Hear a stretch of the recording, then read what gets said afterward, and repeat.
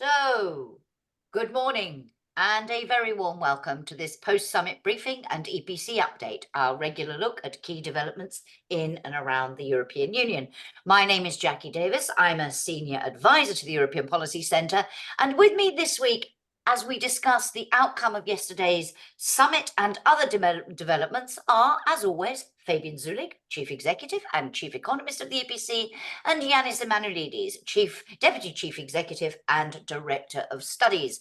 Just a reminder of how you can ask questions during this entirely interactive discussion. If you want to speak, please click on the raised hands button and I will allow you to talk and ask you to unmute yourself when the time comes, or you can use the Q&A box, not the chat, the Q&A, and please be very brief so it is easy for me to see what you want to know and who your question is to.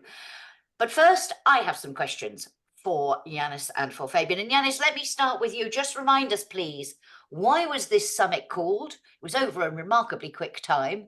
Why was it called in the first place? And in broad terms, then we'll delve into the detail. What was the outcome?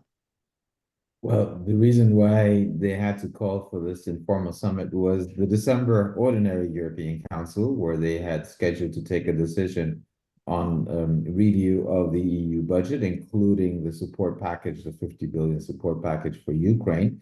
But there was an agreement among 26, but there was no support from Viktor Orban.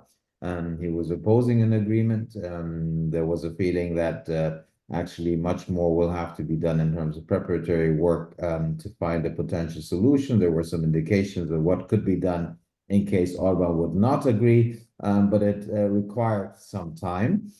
And then we had the informal European Council meeting of yesterday, where given the 26 versus 1 situation which had developed in December, there was pressure on Viktor Orban. And even before the start of the European Council meeting, the official start, there was consensus because Orban had given up his veto. I would have, just let me ask, I mean, before the summit, there were still predictions, despite all the work that had been done in the last few weeks to try to resolve the differences after the summit.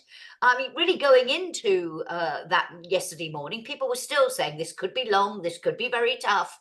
They're going to be having to work through a lot of options. And then suddenly we heard it's done. And it was done basically before they even met. How was it done? And why did he cave in, if you think he caved in?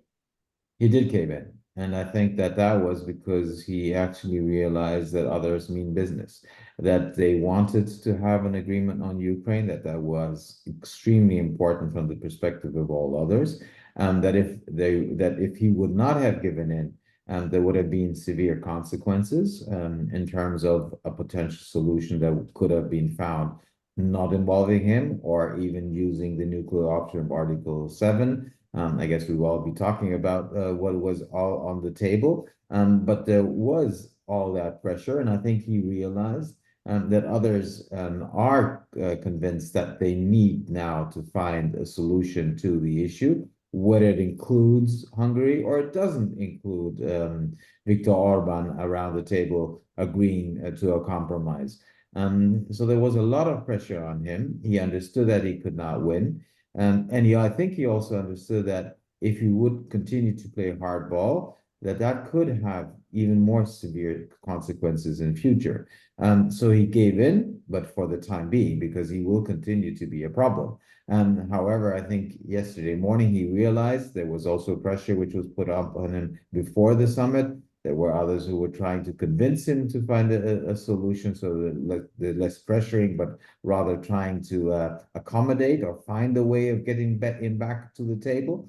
Among them also the Prime Minister of Italy, Meloni, who was pushing, and Macron, who were trying to find ways of finding a solution with him. But yesterday morning, there was a small group of member states, and it was clear to Orban, it's now you agree or you will have bigger problems. But Fabian, I mean, the compromise, the face saver, if you like, was an agree by EU leaders that there'll be an annual report on this money and a debate among themselves on its implementation. And if needed, a review after 2 years. So is that purely a face saver and not a way to offer Orban future opportunities to do this again, to hold the rest of the EU to ransom? Or does it contain elements which could be risky for the future? How do you see the deal that was struck? Have the rest of the EU been very clever, or have they kicked the can a bit down the road? I would say neither. I mean, yes, Viktor Orban gave in, but did he lose? I think that's a different question.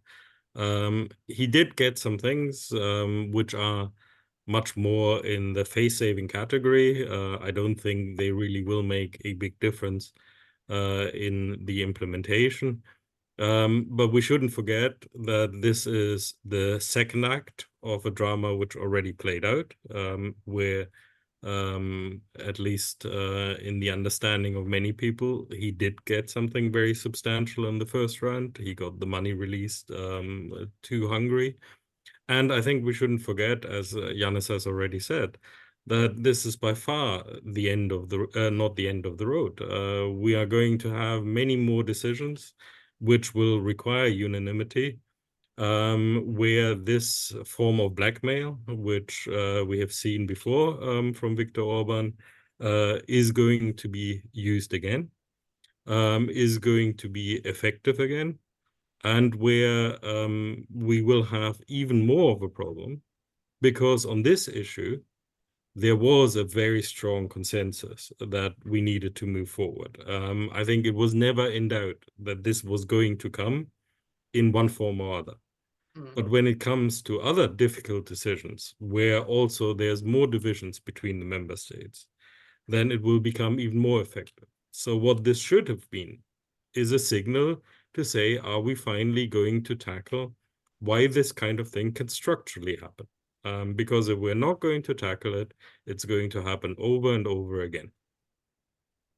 Janis, would you share that analysis? I mean, you seem to be indicating that some of the reasons he gave in was because he recognized he pushed it too far and it could have long-term consequences. Fabian, they're suggesting he may have recognized it this time, but it doesn't mean he's learned his lesson in terms of not trying it again. I didn't want to indicate that he has learned the lessons, will not try it again. He will try it again. Whenever there is an opportunity, he will try to do so.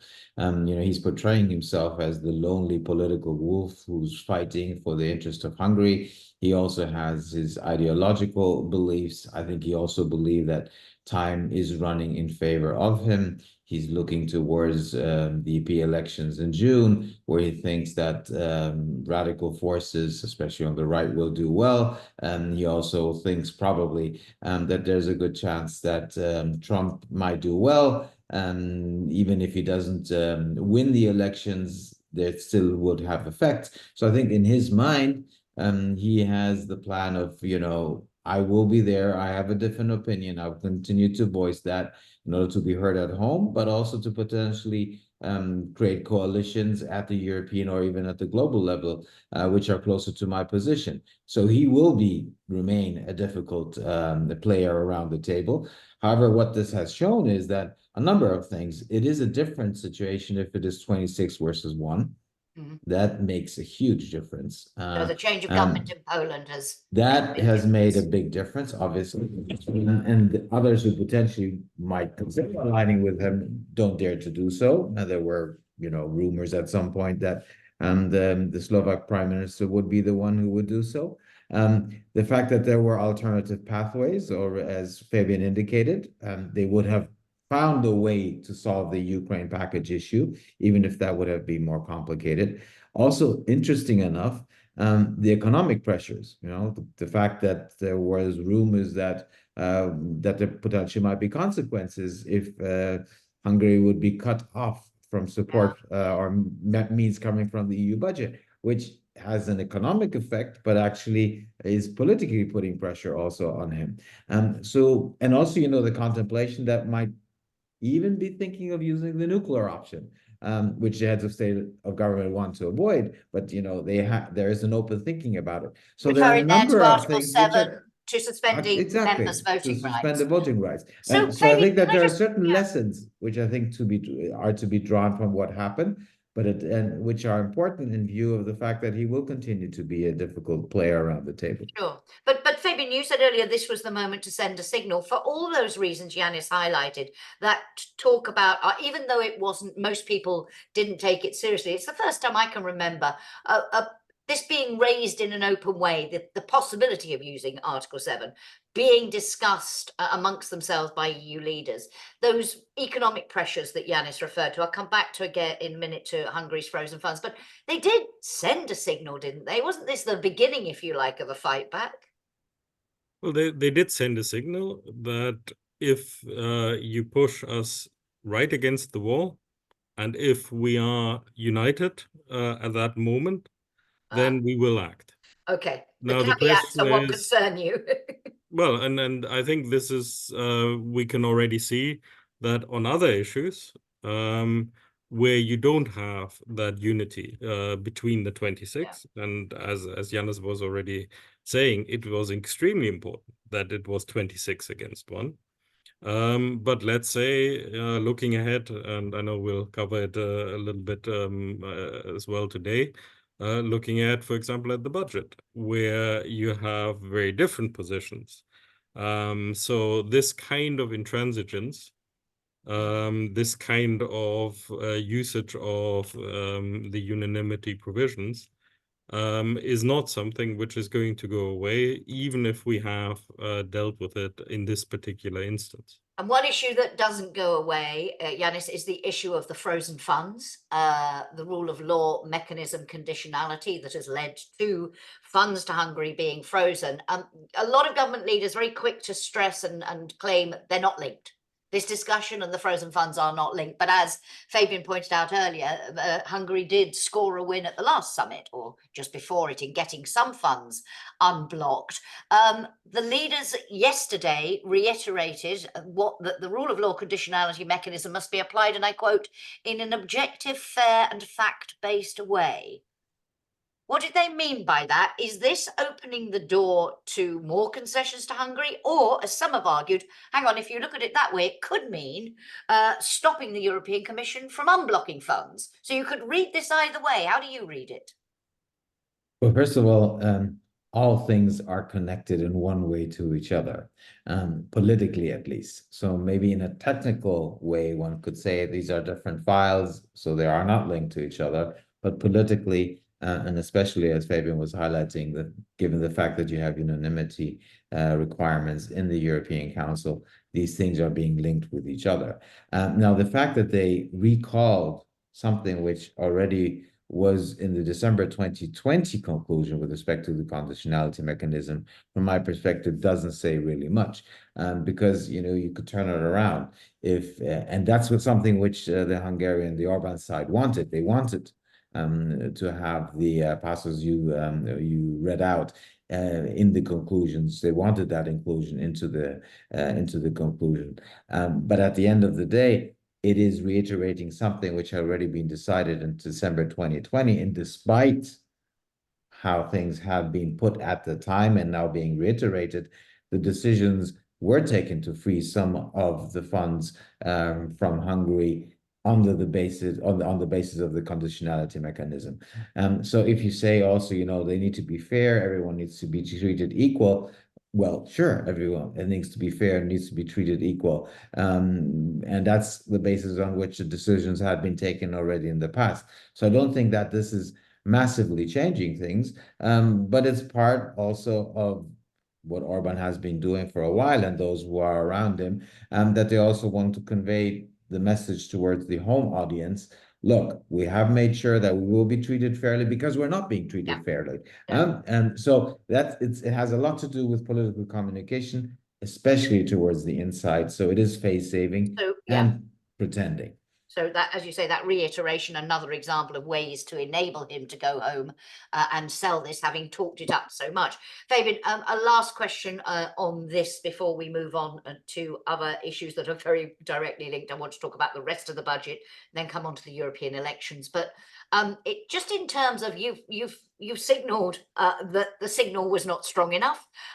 You've underlined why, yes, it worked this time, but it might not work again.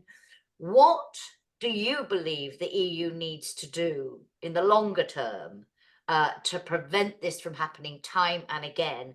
And what for you are the consequences in terms of the EU's reputation, its image in the eyes of its own citizens and the rest of the world if it doesn't get this right? I'll start with your last point, because clearly these kind of decisions, particularly when they're related to global issues such as Russia's invasion of Ukraine or climate change, will have a consequence both domestically and internationally. Now, we are not the only ones who have these problems. Just looking across the pond, it's very clear that this is something which actually liberal democracies are struggling with. How do you maintain these kind of transformations, these kind of massive support which are needed to deal with these kind of issues, which can also be very unpopular at home. So it is even more important that we then find ways of structurally tackling this. Now, Janis and I have talked quite a long time ago now about how do we overcome this ambition unity dilemma, that we don't end up scaling back our ambition just to maintain unity as long as we can, especially if that might lead to a downward spiral where we actually do not do what is necessary. So what we have to do is decide what is it we need to achieve, what are our strategic priorities, such as, for example, support to Ukraine. And then we need to say what are the mechanisms which we have available, and including what is the decision-making process we have available. And if that is not fit for purpose, then we have to change it. And this is the discussion we should have had at previous instances of this kind of blackmail. But it is not too late. We can still have the discussion now. We have talked, for example, about unanimity -1 for particular issues. We have talked about building parallel mechanisms to have a credible threat when these kind of situations arise. There are different ways. There is, of course, treaty change, which can also be one of the things which needs to be addressed. But the starting point should be a willingness to make these kind of reforms so that we don't end up in the same bind again. And a sense, I think, Janis, I don't know whether you agree with Fabian there, but a sense that EU leaders have now woken up to this in a way that maybe they hadn't before. The level of frustration and anger at Orban's behaviour over the last couple of months has been higher than I've ever seen before, and hence that talk for the first time of nuclear options and so on. So a range of solutions. Do you think this is something now that will focus minds, that they will genuinely address some of the questions that Fabian's raising there, some of the possible approaches? Well, yes and no. You're right in your analysis that compared to where the other heads of state and government were some months ago, they now are ready to really push Orban into the corners. Also because, as we were discussing, the circumstances are better now, given that he was isolated. Having said that, and Fabian is right with his basic analysis and also recommendation of what needs to be done, and we've written about it.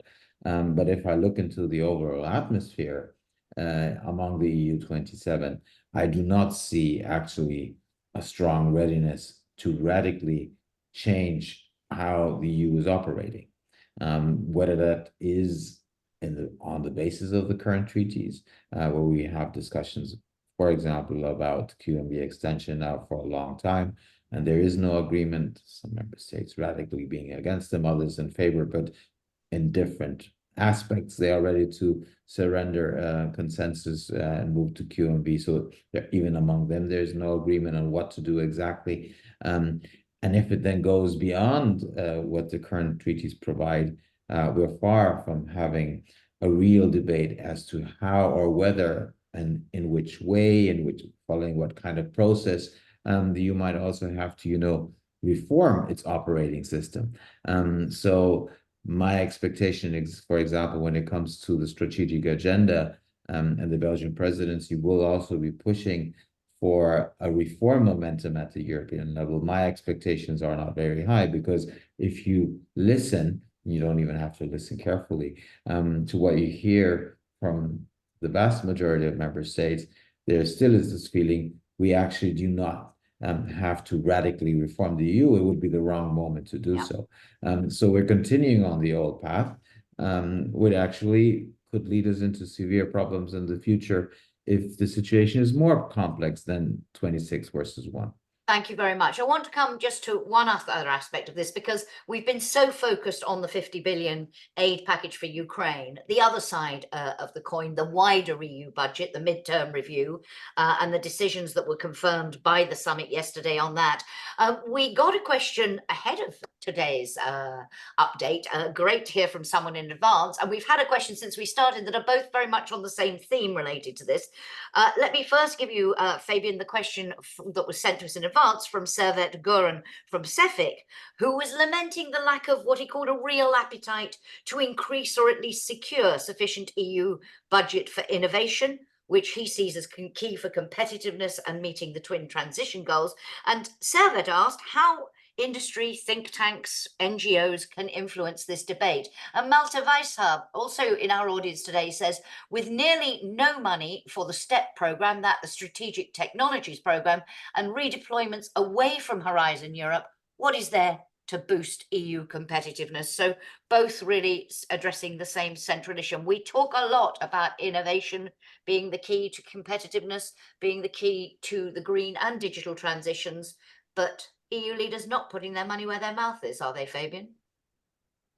Well, I think what we're seeing now is unfortunately not unexpected. It was always going to come, that we have very many different pressures from different transformations, from current events, from geopolitics, which have one thing in common, that generally speaking, they need money. And the investment needs we have across the different transitions are enormous. Even if you only look at one of the transitions, take sustainability, take economic security, take the technological revolution, even in one area, take hard security, even in one area, the amount of money which is needed is enormous. If you add them all up, you end up with something which is nowhere near what kind of means we have available. And here I'm already taking into account that most of that investment is not public investment. Most of that investment is actually has to happen at the private level. But what we are not able to do is to have a common strategic discussion to say, what is it we need to do and where do we need to prioritize investments? What do we need essentially to do now? So the kind of budgets which we have talked about now are seen as nice to have rather than have to have. And as a consequence, they are the first ones to be cut. And is there anything that think tanks like the EPC, that industry, that the Brussels stakeholder community, if you like, can do to influence this debate? Just going back to Servet's question. Well, I think at this moment in time, for these decisions, no. Because they are taken under pressure. And it is very much a question of reacting to the immediate pressures when it comes to that. But what we have to already start is to have that more rational debate about the financing needs of the European Union going forward for the next decade or so. That includes, of course, the EU budget, but it is not constrained to the EU budget. We should be also talking about all the elements. But from what I can see at the moment, there's very little of that forward-looking debate. It is once again much more about where do we cut, where do we make the shifts so that we can keep the overall budget within a certain framework, and the member states certainly are not willing to put any more money, even if it would create European public goods. Janis, there's the same question really to you about the broader implications, what we learn from what's happened during the review in terms of future MFFs, in terms of the chances of that big debate, that long-term debate Fabian was just calling for, and indeed all of this in the context, of course, of future enlargements, the prospect of Ukraine, Moldova, and others joining. How do you read it? What do you draw from the discussions that were had up till yesterday and the confirmation of those discussions yesterday? Well, first of all, if you would sit at the drawing board and ask yourself what is actually needed, and you go through the different challenges which we jointly are facing. Fabian was mentioning the poly transition, the different transitions, transformative changes that are happening in front of our eyes, which, yes, also require a financial response. If you look into Ukraine, also beyond what was decided yesterday, there's much more support which is required. If you look into, security and defense in more general terms and what is required, if you make that list, what we're talking about is a totally different EU budget that would be needed. And we are not even, close to having a discussion about a budget of the EU, which is closer to 3, 4, 5%. Rather than around 1% where we are now. What we're now discussing is marginal. And interesting enough, because of the entire focus on Orban, there is not a lot of discussion about the fact that what the Commission had asked for in terms of the midterm review, that was by far away from what I was indicating in the beginning, was some substantial increases along the lines of the old logic, and we're far away from that. Yes, there's additional money for migration, border management, 2 billion, and some money for neighbor in the world, especially also linked, by the way, to migration issues. And there's some money for the European Defense Fund, but that in total is around 10 million plus the support for Ukraine. But at the same time, there are all these cuts or reassignments, as we so nicely call them, around 10 billion, which are being made because it comes from pressures from the member states who say, we're all under pressure at home. So if we need to spend more at the European level, we need to see where we can get the money from other sources, which are already foreseen in the EU budget. And that's where you then cut 2 billion from Horizon, 1 billion from the EU for Health program. So the logic is, we have to spend some more means on Ukraine. These are substantial.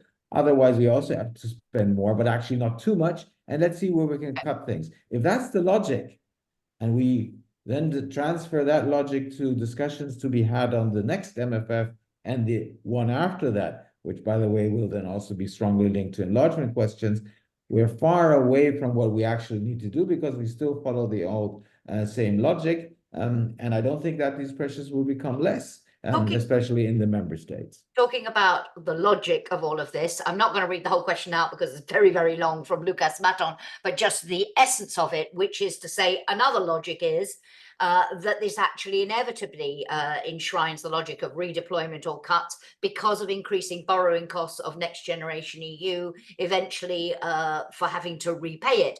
And Lucas asks, how do we go about addressing this if there is no willing to move forward on own resources? Do you think, Fabian, this, or you're handing this one back to Janis, I think? No. Janis, I'm happy to take it. You're happy to take it. Does this bring us back to the own resources debate? And if it does, can it be revived? What chances are there of getting EU leaders to revisit this? Yeah. Does it bring us back to the own resources debate? No, because member states have absolutely no willingness to have that debate. Should it bring us back to the own resources debate? And by the way, not only the own resources debate, but the debate around taxation at the European level, the debate around common borrowing at the European level, the idea that we might not just have something on a temporary basis, but that we need something permanent, like Eurobonds. Let's use the word, even though people don't like it very much. I mean, these are the kind of debates we should be having because the world has changed. And the world is a place where we need also different instruments to deal with the challenges which we are facing. But when it comes to issues around the budget, around own resources, we are still having essentially the same kind of debates we've had 5, 10, 15 years ago. where the logic is about let's try to constrain what we're doing in common. Let's not put even more competences, more means to the European level. And the inevitable conclusion I would draw from that is we just simply will not have the means which are necessary to address the challenges which we are facing. Thank you. Janis, You I know, don't know whether you wanted to react on that very briefly, and then I want to come to the farmers' protests, if I might. I'll just quote from the conclusions. They say, as agreed in 2020, we're now in 2024, the Union will continue to work towards the introduction of new own resources. That tells you the story. This is an old debate. We're having it for a long time. We're not moving.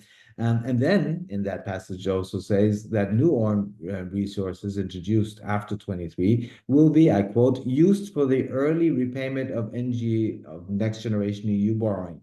So not only are we not making progress with respect to own resources, we already, which in the previous debates where we would have been using own resources for so many things, now we would be focusing on repaying next generation EU borrowing. Lucas was making in his question. Yeah. Exactly. Link that to the debate we're having about the needs you actually have for means coming from the EU budget. We are at a different planet when it comes to this discussion.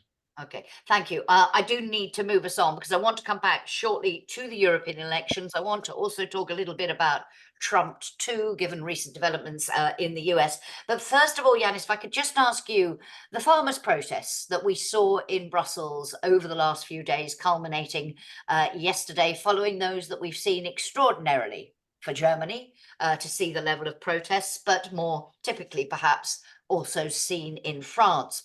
Why has this suddenly flared up like this? What do they want? What do you make of EU responses to it so far? And linking this to our next topic, how do you think this is going to play into the European election campaign? A lot of questions. Well, first of all, I don't think this came totally out of the blue because, we've seen anger, including among farmers, and the protest from the farmers' side increase over the past months. And I think that it requires something to spark the kind of things we saw yesterday happening on the streets of Brussels and even the days before that. But there are different reasons in different member states. In Germany, the protests are against government cuts in energy subsidies following the decision of the Constitutional Court and the reaction of the coalition government to it. In France, the protests are against free trade deals, especially when it comes to Mercosur, but also protests against environmental rules and the feeling that the Green Deal is cutting and making life more difficult on the farmer side. And in Poland is about, cheap imports from Ukraine. So what I want to say, there are a lot of particular national reasons that play into this.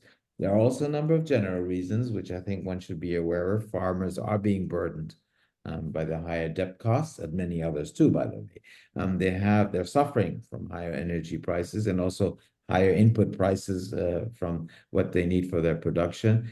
Foreign imports often have become cheaper. There's a collapse in the reduction in their income, and there are pressure from retailers. So there are also some, structural reasons which make it difficult for them. And the response? The response is also, first of all, there is the general signal: we hear you, and we will respond to your concerns. But what you then hear is very different. Von der Leyen indicating the Commission would work to cut red tape for farmers. That's something which you hear. A rethinking recent wave of climate-related legislation, whatever that might mean in concrete terms, again, coming from Ursula von der Leyen. Then from the French side, the new French Prime Minister says we need to rethink pesticide reduction targets. We need potentially import bans for fruits and vegetables, which have been treated with certain pesticides. And then you have Varadkar and Macron who say we need to halt trade treaty with Mercosur. So you get different indications for different things. And let's be sure, there are a lot of different opinions, not only among the EU 27, but also among the EU leaders. And there's criticism towards Macron that, you know, he immediately calls for a halt of trade talks regarding Mercosur, arguing, actually, this is diverting, this is not our problem, or making the CAP, the Common Agriculture policy, responsible for everything. One needs to differentiate and take into account that the decision has been taken unanimously, at least the basic decisions. So what I want to say is that it's not clear what exactly the measures will look like. You are seeing a lot of national individual measures, where also sometimes one needs to ask as to whether they are at least at the edge of being legal or not legal, or at least not following what the rules are at the European level, or questioning them at least.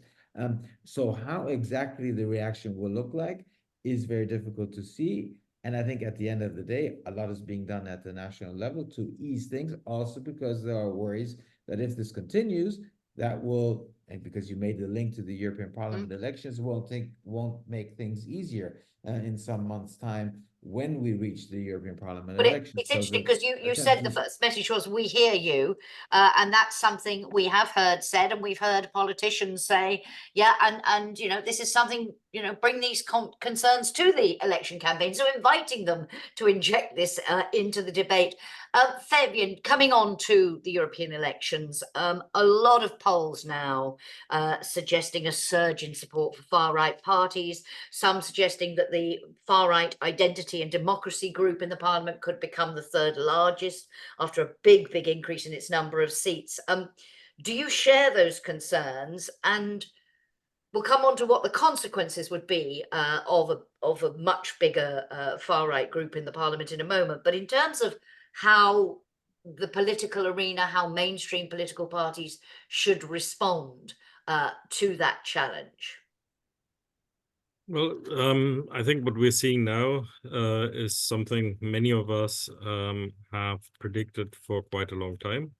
I have to say it's astonishing how much complacency there still was in some quarters about essentially believing that in the end it will turn out okay, we'll just scrape through. There is still an argument, of course, about exactly what kind of impact this is going to have, both in terms of the functioning of the parliament, but also in terms of how this will be reflected back at the national level. But what we are already seeing is that the surge of the far right, which is not just a phenomenon in the context of the European election, is already having a major impact on many domestic political debates, if not all domestic political debates. And what we're seeing also in a number of countries is that some of the mainstream parties are shifting. They're trying to occupy the ground which these parties are covering.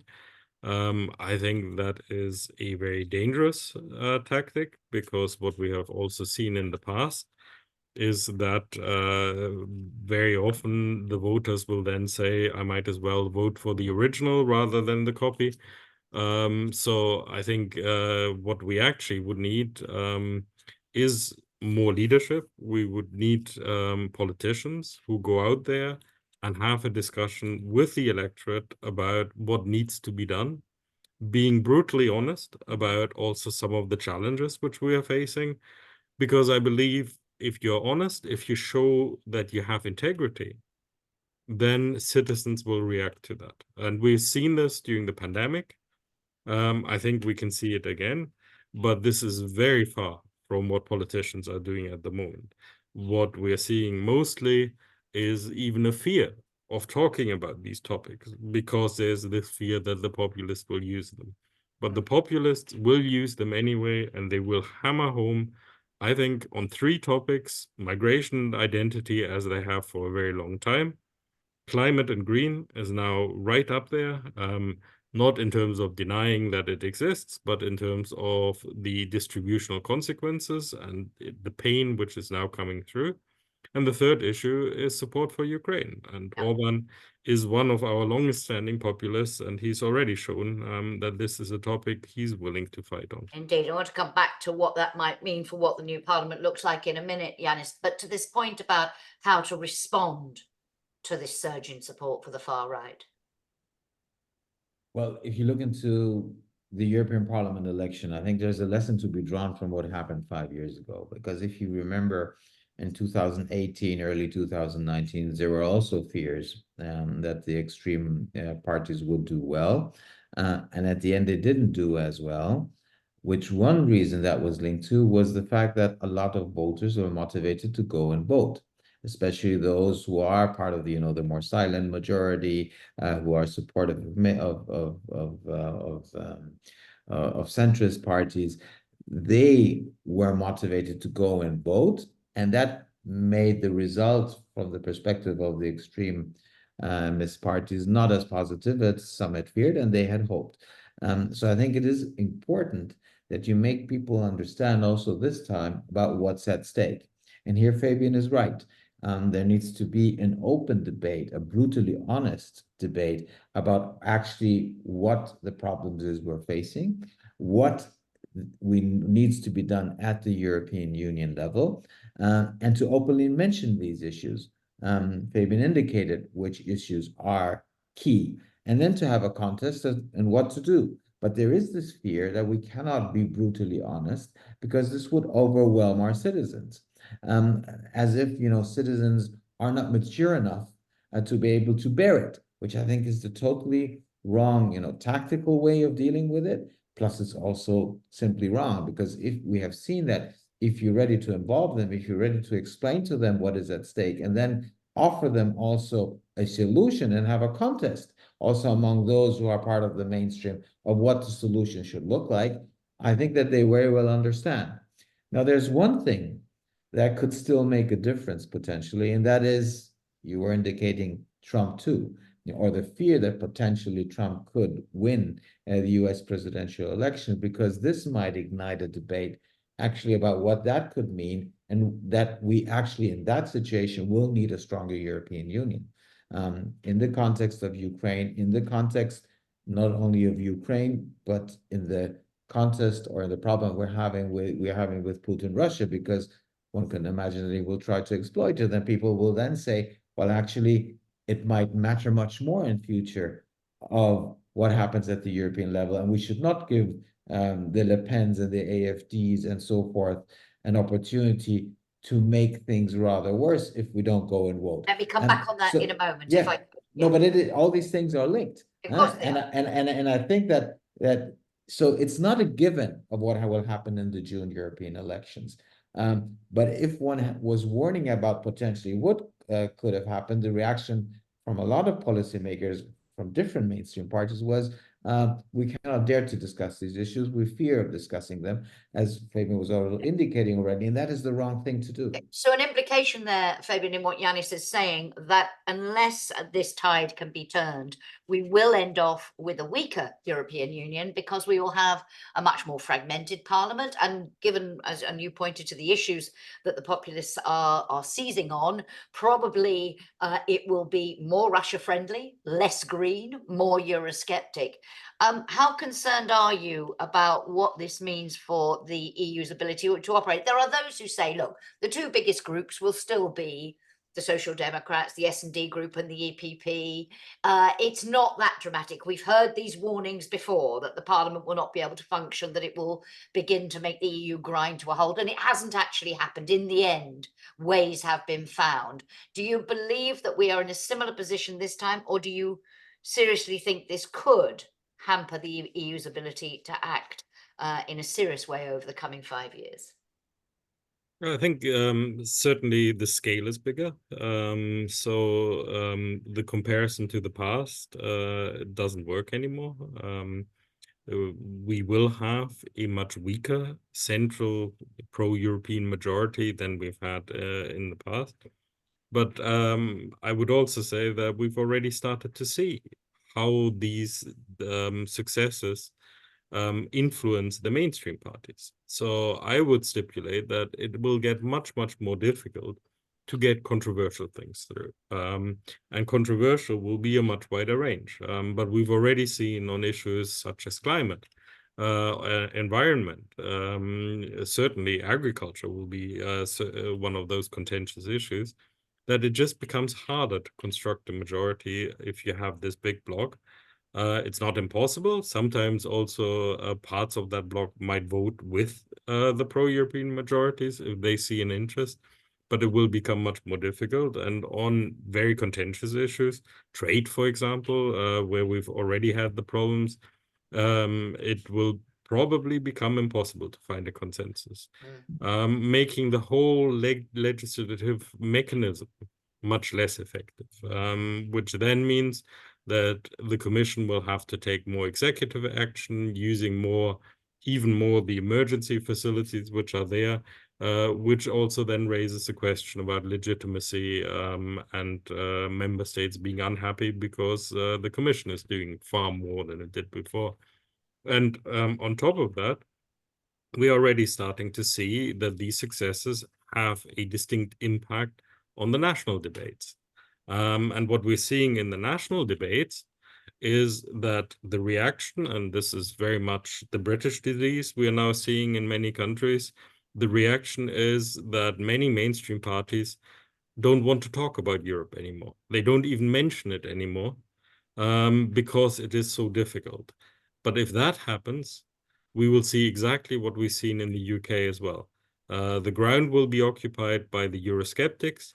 The debate will be determined by those who do not want to see more European integration, and citizens will not understand why it is necessary to do more at the European level together.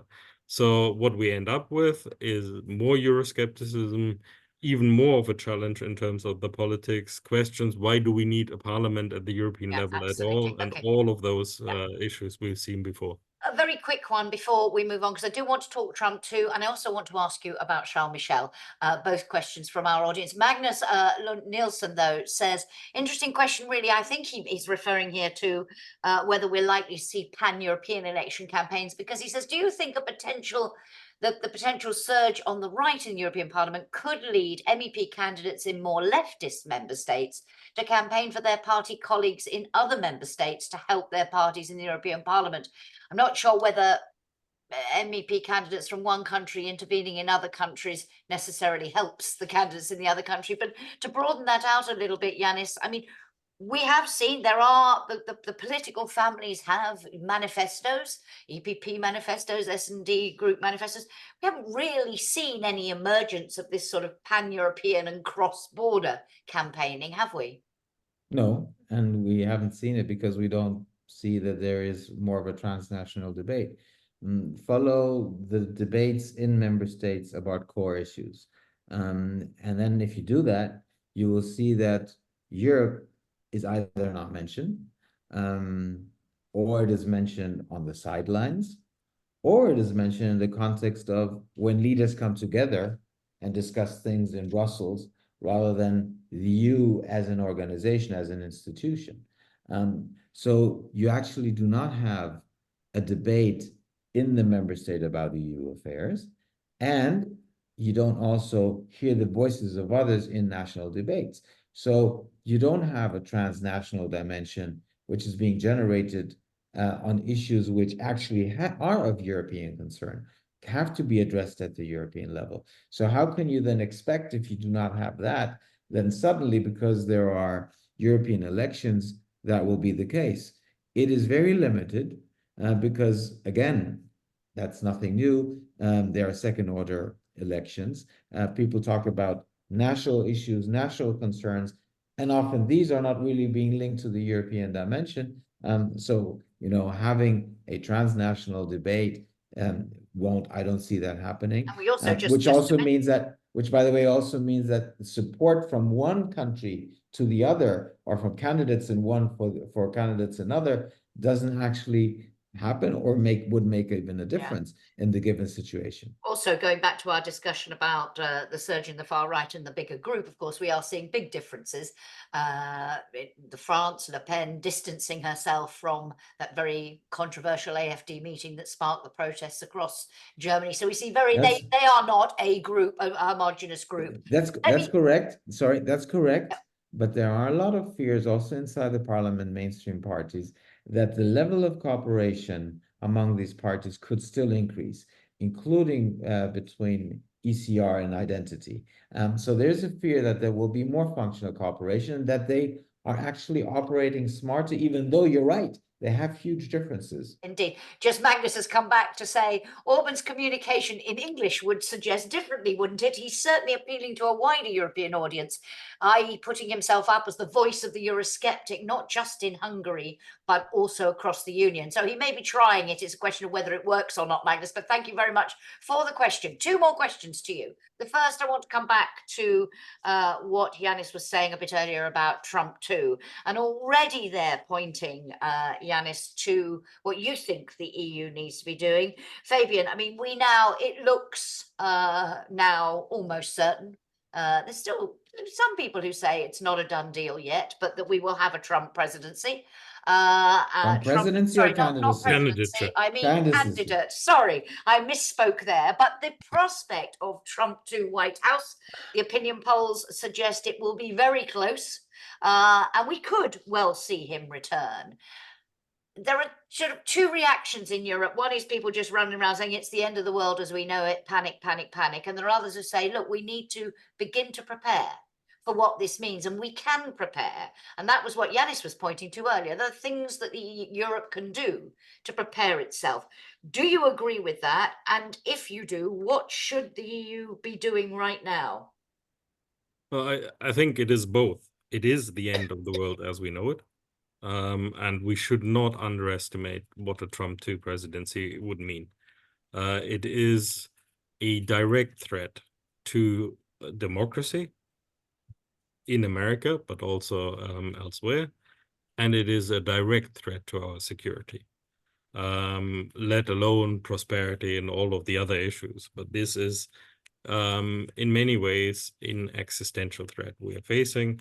On top of that, of course, when it comes to issues such as climate cooperation, there's very little prospect of anything positive coming out of a Trump presidency. So, yes, it is catastrophic to have a Trump 2 presidency, but we have known for quite a long time that this was a possibility. Have we prepared for any of this? Absolutely not. So to some extent, yes, we can still prepare, but there are limits to what we can actually get done in a few months. And one of the biggest issues, which we cannot do in a few months, is defense and security. We have relied very heavily on the American umbrella for very long.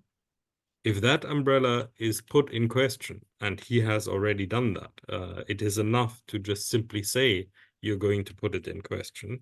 That has an effect.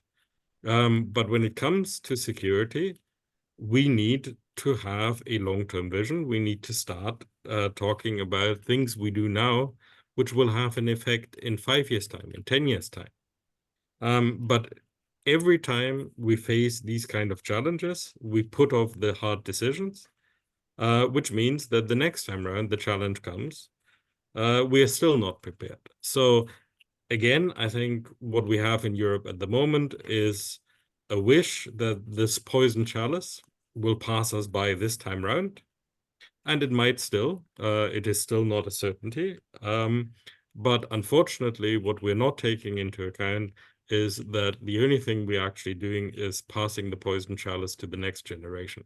Thank you very much. And John Palmer also raises that security point and says, could it not, given the question mark it would put over the future of NATO, inject a security impulsion into the European integration debate? Janis, you regularly in updates appeal for EU leaders to focus much more on security and defence issues.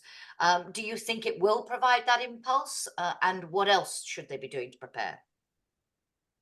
If we assume that Trump is the candidate, still some question marks there, but if we assume that he's the candidate, which is probably the safer bet, that he will be the candidate, I think it will trigger more of a debate. And you can already see that this has started. Now, my basic bet today would be, again, it's January, so very early to say, I would side myself with those who say if it is Trump versus Biden, that the chances are high that Trump will not win the election. But as Fabian was indicated, it doesn't mean that things will thereafter they won't be as worse as they would be with Trump 2. I agree with Fabian, and I think that some even underestimate what a Trump 2 would look like. But the situation will not be rosy if he loses. Biden will be more under pressure. The Democrats will be under pressure. Trump will be saying he was again robbed of the victory and so forth. Polarization in the US will not evaporate. Support for Ukraine will continue to be questioned. So we need to take up more responsibility. And the way I was earlier shaking my head was, we must have known this in 22, at latest in 22 February, with the attack of Ukraine, that this moment potentially could come, and that we need to prepare ourselves. And now we start to, quoting you, to panic, because we see that potentially Trump 2 can become a reality. This is totally irrational. And I think we need to have this debate of what it actually means if we want to invest into security and defense at the national, at the European level. We're talking about amounts of money that needs to be spent on defense in order to prepare ourselves for the future, or even to avoid having to the future developing in a way it could develop, which are at a level which would obviously mean that there are difficult trade-offs, because the money would not be there then for other things. We need to have these stop you because I need to squeeze one more issue in, and apologies for that. But I do want to, and Andrew Duff in our audience has raised this, so I do want to come to it. Charles Michel. He chaired the summit yesterday, having a sort of an extraordinary couple of weeks where he first announced he was off early to run for the European Parliament. Then he changed his mind and said he was staying. Andrew Duff says, what are we to make of the astonishing implosion of Charles Michel? Surely, says Andrew, he has to retire as soon as possible if the European Council is to be capable of heading the process of finding new EU leadership in June, July. If I can broaden that a bit, quick comment on Charles Michel himself, but then also, does this mean we need to do a little bit of rethinking about how the decisions on the EU leadership team, all the jobs together, are taken in the future? Does there need to be, because it's sort of inevitable that politicians will say, I want to go and run for election somewhere else when I finish this job. So it's not a problem that's going to go away necessarily. Literally, I'm afraid it's going to have to be a minute and a half each. But let me start with Janis this time, and I give Fabian the last year. Janis, what do you make of what Charles Michel did and the broader implications?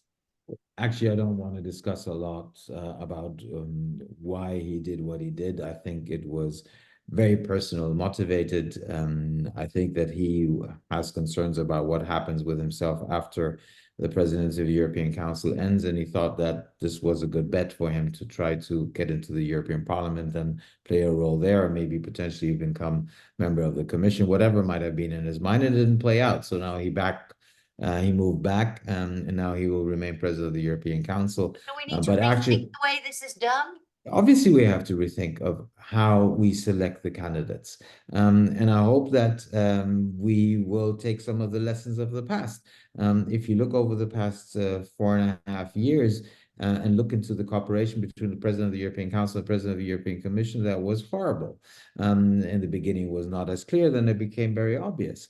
So when we put together the new EU leadership, we don't only have to think about who gets what in terms of political parties, countries, geography, or female, male, all these concerns, the horse trading that is happening, but actually we need to conceptually think a bit more about what it means also in terms of cooperation across Rue de la Loi, including the two presidents.